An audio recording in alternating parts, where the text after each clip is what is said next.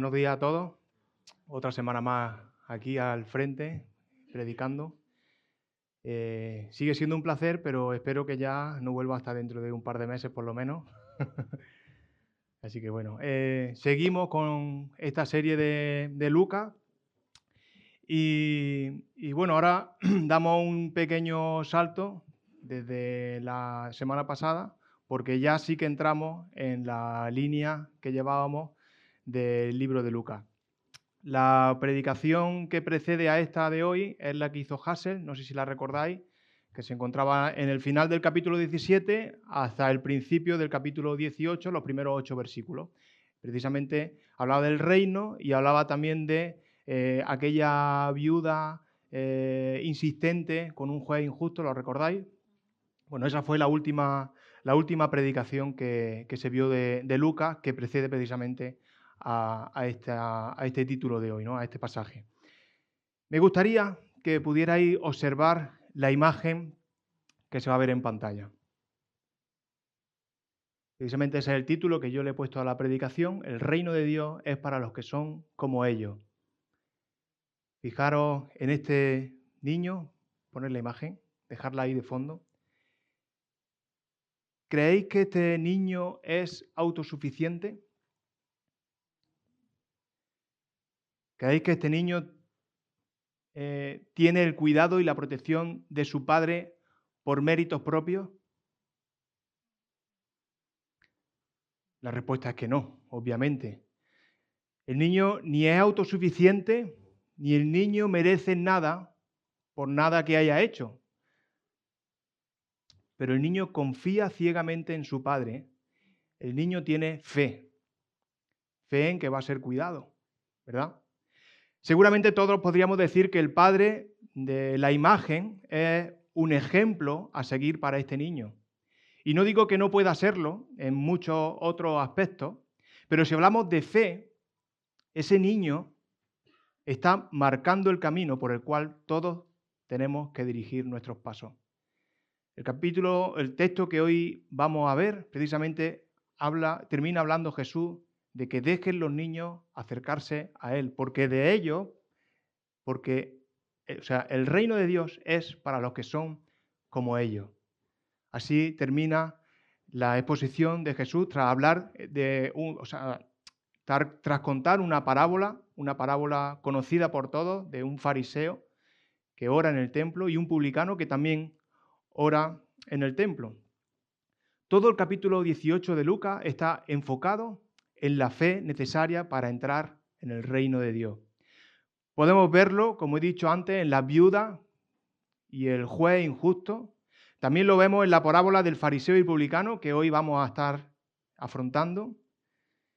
Y también lo veremos la semana que viene con el joven rico, que sigue precisamente a este pasaje de hoy. Pero las palabras de Jesús en referencia a los niños son para mí esenciales. El reino de Dios es para los que son como ellos. El reino de Dios es para los que son como ellos. Jesús explica el tipo de fe que debemos tener y el mejor ejemplo que encuentra para que podamos entenderlo es la fe de un niño.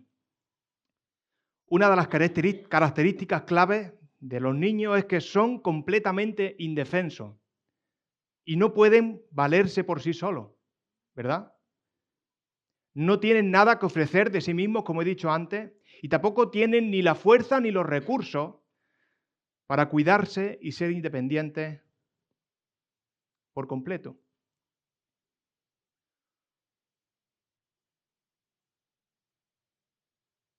Otra característica común para todos estos niños es que la vida de un niño no está basada en mérito alguno. Son tan indefensos que dependen de un adulto para hacerlo todo en la vida. Y no es que el niño merezca nuestros cuidados, el niño necesita nuestros cuidados y se les da por puro amor y por pura gracia de sus padres. Por eso la fe de los niños es digna de ser admirada por los adultos. Ellos nunca se preguntan de dónde viene la comida, tampoco se preguntan si mañana les van a cuidar.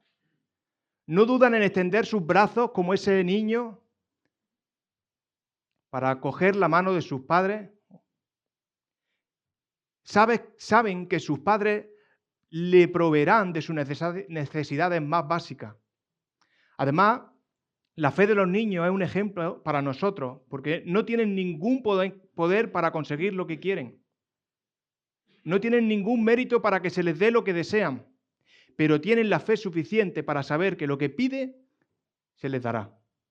Y Jesús nos enseña que Él no recibe el reino de Dios, y Jesús nos enseña que el que no recibe el reino de Dios con la fe de un niño, no puede entrar en ese reino. Es necesario que el pecador reconozca su impotencia, que reconozca la impotencia que tiene para salvarse por sí mismo. Y es necesario que el pecador reconozca también que no tiene mérito.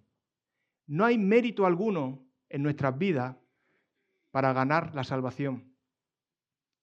Y es necesario que el pecador reconozca, que acepte y que crea en el Señor, en el único Señor y Salvador de nuestras vidas. Esto es lo más básico del Evangelio y Jesús lo enseña a través de una parábola muy conocida, la parábola del fariseo y el publicano que oran juntos, bueno, no están juntos, pero están a una corta distancia, están en el mismo templo y allí están orando. Justo en el texto anterior, como dije antes, los primeros 8 versículos del capítulo 18, encontramos la parábola de la viuda y el juez injusto. Y aquel texto terminaba con un versículo que enlazaba con el texto de hoy. Lo vemos en el versículo 8 del capítulo 18, que dice: os digo que pronto les hará justicia, pero cuando venga el Hijo del Hombre, ¿hallará fe en la tierra? ¿Hallará fe en la tierra? Este pasaje hablaba de la fe de una mujer viuda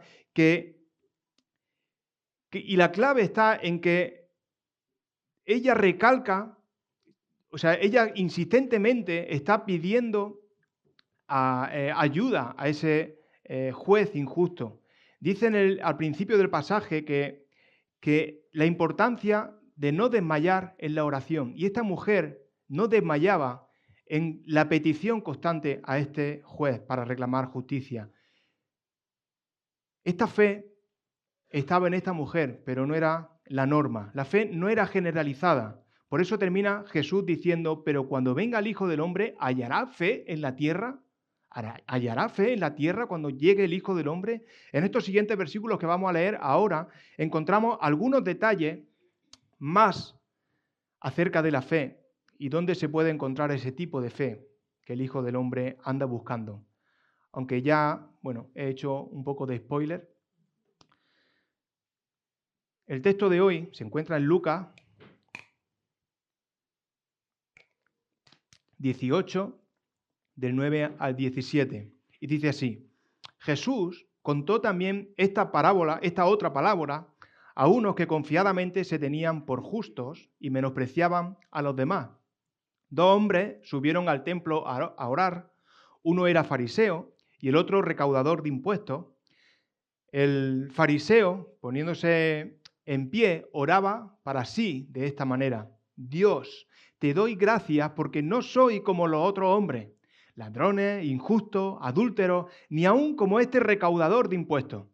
Ayuno 2 veces a la semana y doy diezmos de todo lo que poseo.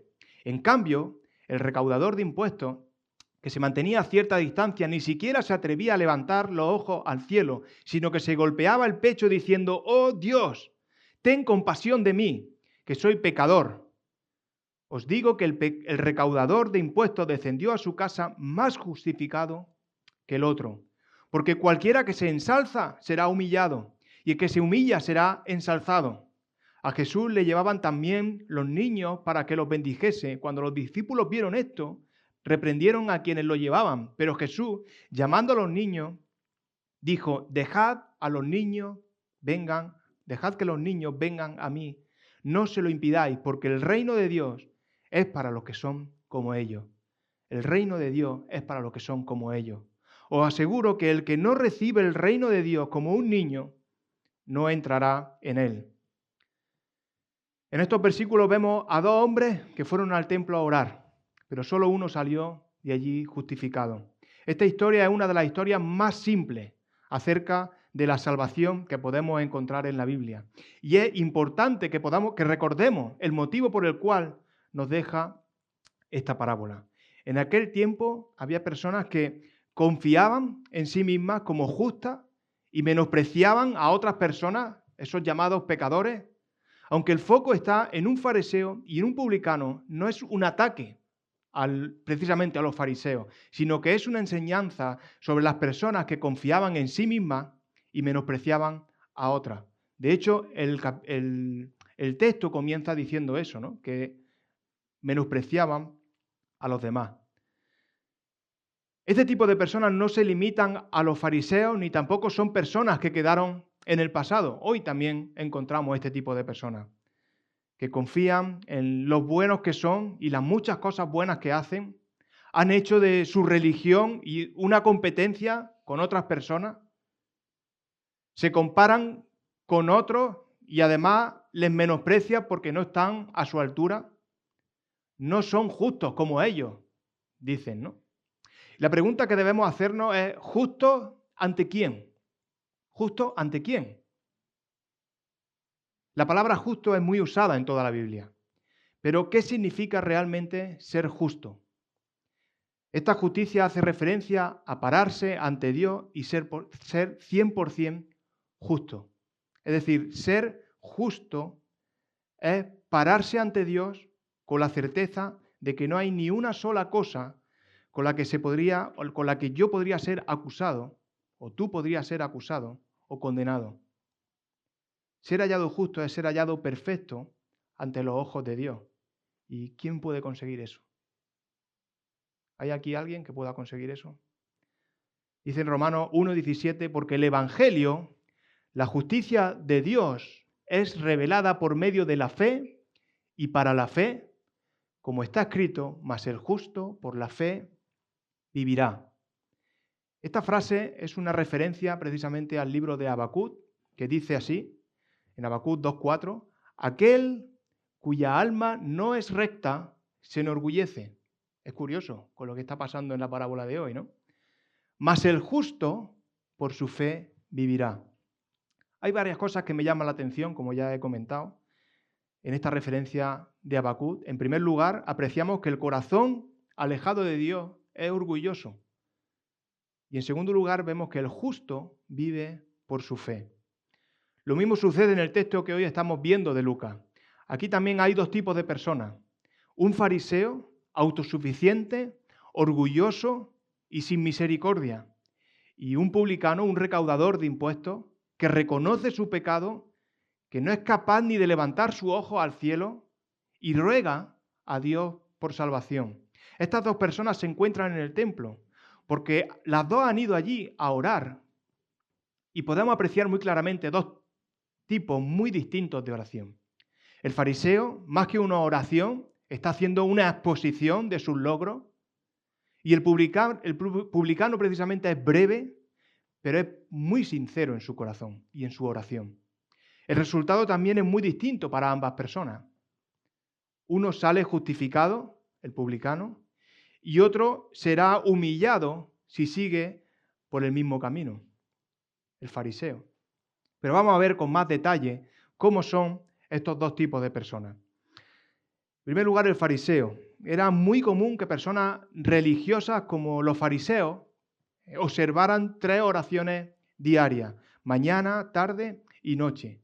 Si esas oraciones se hacían en el templo, se consideraban oraciones muy eficaces. Por eso, la mayoría de las personas religiosas se acercaban al templo para orar. Eso les reportaba respeto ante los demás y además, al ir al templo y ser visto por todos los demás, toda la congregación, serían reconocidos como personas que no solamente se someten a la ley de Dios, sino que también se someten a todas las tradiciones y leyes de su religión. Personas muy dedicadas y de mucha disciplina en su práctica religiosa. Sin embargo, el publicano no es el tipo de persona que en aquella época se esperaban encontrar orando en el templo. Los publicanos eran judíos cobradores de impuestos para el Imperio Romano, considerados por el pueblo judío como corruptos y ladrones, traidores de su patria y de su religión. En su tarea de recaudar impuestos, amasaban verdadera fortuna, porque añadían cobros extras, que no recuerdo cómo se llamaba, cutras, eran cutras, que hacían, eso era, al final era un cobro extra que le hacían a sus conciudadanos, eran abusivos y por eso eran tan odiados entre el pueblo judío. Y son por eso también mencionados en bastantes ocasiones y siempre mencionados junto con otros pecadores. Eran personas que se enriquecían por medio de aprovecharse de su hermano, de otros judíos. Lo que está claro y podemos ver en estos dos versículos es que ambas personas necesitan de Dios y ambos se presentan ante Él. Ambos creen en Dios. Ambos creen en el perdón, pero solo uno sale del templo justificado, porque sus oraciones son diferentes. Lo que nos lleva al segundo punto de hoy. Vimos dos tipos de personas, ahora vemos dos tipos de oraciones, o dos tipos de oración. En ambas ocasiones se ve claramente cuál es la intención y el deseo del corazón de estos dos hombres, porque como dice Jesús en el capítulo 6 de Lucas, del hombre bueno, como su corazón es rico en bondad, brota el bien. Sin embargo, del hombre malo, como su corazón es rico en maldad, solo brota el mal. Porque de la abundancia del corazón habla su boca. Porque de la abundancia del corazón habla su boca. El que parece bueno no lo es realmente, porque cuando abre su boca sale a relucir su verdadero corazón. Sin embargo, el que es declaradamente malo, cuando abre su boca, de su corazón brota arrepentimiento y verdad. Así que, en primer lugar, podemos apreciar que el fariseo, más que una oración, como ya he dicho antes, hace una exposición, un catálogo de sus logros, demostrando su arrogancia ante Dios y ante los que estaban allí. Orar de pie no es necesariamente algo malo, pero da la idea de que este hombre se paró en medio de un patio, en medio del patio del templo, para recibir precisamente la atención de todos los que estaban allí y ser oído por todos los presentes. Y eso sí que está mal. Por si fuera poco, su oración no tiene desperdicio. En realidad está hablando consigo mismo. De hecho, lo dice Jesús al comenzar el texto. Se puede decir que su oración no pasó del techo, aunque estaban en un patio. Pues yo creo que no levantó ni el albero que hubiera allí. Cuando dice dar gracias a Dios, no reconoce que nada de lo que tiene provenga precisamente de la mano de Dios. Más bien, se está felicitando a sí mismo por ser la persona que es. Agradece a Dios que no es como los otros hombres, ladrones, injustos, adúlteros, ni como ese publicano que andaba por allí también orando. En realidad, la gratitud que dice tener es solo una formalidad de cara a la galería. Su gratitud es para sí mismo y ensalza que por su propio esfuerzo ha conseguido ser mejor que esas personas que él está citando. También da una lista de todas las cosas extras que él hace. Ayuna 2 veces por semana, aunque la ley solo requería que se hiciera una vez al año. Pero estas personas, para atribuirse y ganar mérito, ayunaban los lunes y los martes. Los que ayunaban, además, se blanqueaban la cara, usaban ropa vieja para aparentar pobreza y buscaban recibir la mayor audiencia posible. No iban a horas donde no hubiera nadie, iban a horas donde aquello estuviera bastante concurrido. Además, diezmaban de lo que producían y también diezmaban de todo lo que tenían. Aunque la ley solo no les obligaba a tanto, ellos querían demostrar su compromiso. Con esta lista de extras, este fariseo le estaba diciendo a Dios que había hecho más de lo que se esperaba de él y por tanto él quería su recompensa. Hay muchas oraciones como estas que dependen de la autosuficiencia y la autojustificación. Y no hace falta citar a nadie, pero seguro que alguna vez has escuchado una oración similar. La clave no está tanto en los extras que hace ni en la autosuficiencia que demuestra. Es verdad que el fariseo tiene un pensamiento errado de lo que significa honrar a Dios, pero para mí es muy llamativa una cuestión. A la hora de compararse para demostrar su buen hacer, lo hace con pecadores declarados y reconocibles, pero no se compara con Dios. Se compara con lo que él considera pecador, publicano, prostituta, pero no se compara con Dios. En realidad está siendo un poco cobarde, ¿verdad? Se exalta a sí mismo mirando las deficiencias y las luchas de los demás. Se compara con personas que él considera peores para salir bien parado. Vivía engañado por su orgullo y encontraba su seguridad en comparaciones manipuladas, comparaciones interesadas. En contraste, vemos la oración del publicano. Cada palabra que sale de su boca es opuesta a las palabras del fariseo. Ora casi escondido, sin salir al centro, como hizo el publicano, como hizo el fariseo. Está lleno de humildad, sabiendo que ni merece alzar los ojos al cielo, ni merece mirar a Dios.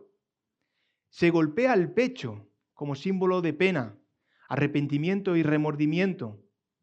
Es posible que con este gesto esté reconociendo que su corazón es la raíz de todo lo malo en su vida. En Mateo 15, 19 precisamente dice, porque del corazón salen los malos pensamientos. Porque del corazón salen los malos pensamientos. Y él es consciente de que de su corazón salen los malos pensamientos, los homicidios, los adulterios, las fornicaciones, los hurtos, los falsos testimonios, las blasfemias. Como ya hemos leído antes en Lucas 6, 45, del hombre malo, como su corazón es rico en maldad, solo brota el mal. Del hombre malo, como su corazón es rico en maldad, solo brota el mal. Mientras que el fariseo declaró todas sus virtudes, el publicano declaró todos sus pecados. Confesó su pecado ante Dios, no como un pecador más entre muchos, sino como el pecador, igual que hizo el apóstol Pablo, no sé si lo recordáis, en su primera epístola a Timoteo, cuando hablaba de la salvación de Cristo Jesús, de la salvación de Cristo Jesús a los pecadores, dijo ser el primero de estos pecadores, de los cuales yo soy el primero, decía Pablo. Se sabe tan pecador este publicano que siente que se encuentra sujeto a la voluntad de Dios. Pero por eso pide misericordia, porque es lo único que puede pedir. Concretamente le dice, oh Dios, ten compasión de mí, que soy pecador. En otras versiones, seguramente en vuestra Biblia, la Reina Valera del 60, dice, sé propicio a mí, sé propicio a mí. La mayoría de nosotros estamos familiarizados con esta palabra, pero quizá algunos no sepan lo que significa propiciación. La propiciación es un acto entre dos partes que implica apaciguar la ira de una parte, en este caso la ira de Dios, que está ofendido por tu pecado, por mi pecado, por nuestro pecado, y quiere ser reconciliado con Él a través de ese acto. Ese acto de propiciación es la muerte de Jesús.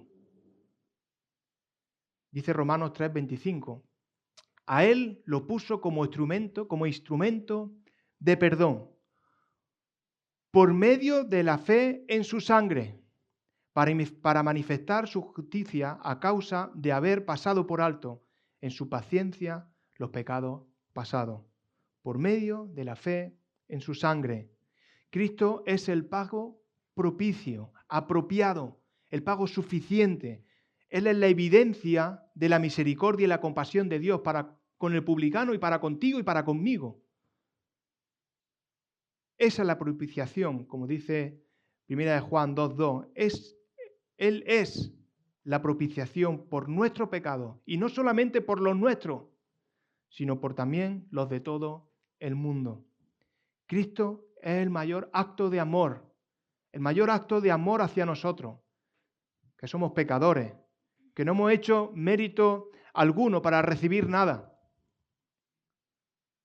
Como dice en 1 de Juan, en esto consiste el amor. No en que nosotros hayamos amado a Dios.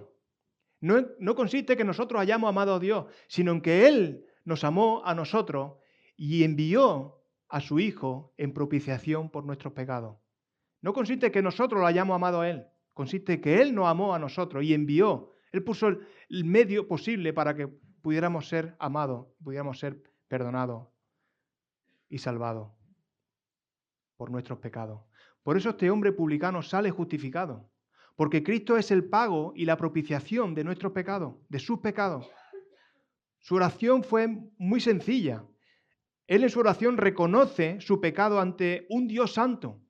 Por eso ni se atreve a alzar la mirada. Reconoce el origen de su pecado, reconoce que está en su corazón, reconoce que solo Dios puede perdonarlo y salvarlo. Y pasamos ya al último punto de hoy. Hemos visto dos tipos de personas, también hemos visto dos tipos de oraciones y ahora vamos a ver que tenemos también dos resultados muy distintos o bien distintos. Dos personas fueron al templo, como ya estamos viendo. Las dos personas oraron ante Dios, pero solo una salió del templo justificada. ¿Alguna vez ya hablé de esto? No recuerdo si fue una predicación o fue una presidencia, no lo recuerdo bien. Pero la entrada al cielo es tan bajita, es tan pequeña, se habla siempre de la puerta estrecha, yo diría que es muy bajita, y es tan bajita que solo es posible entrar de rodillas.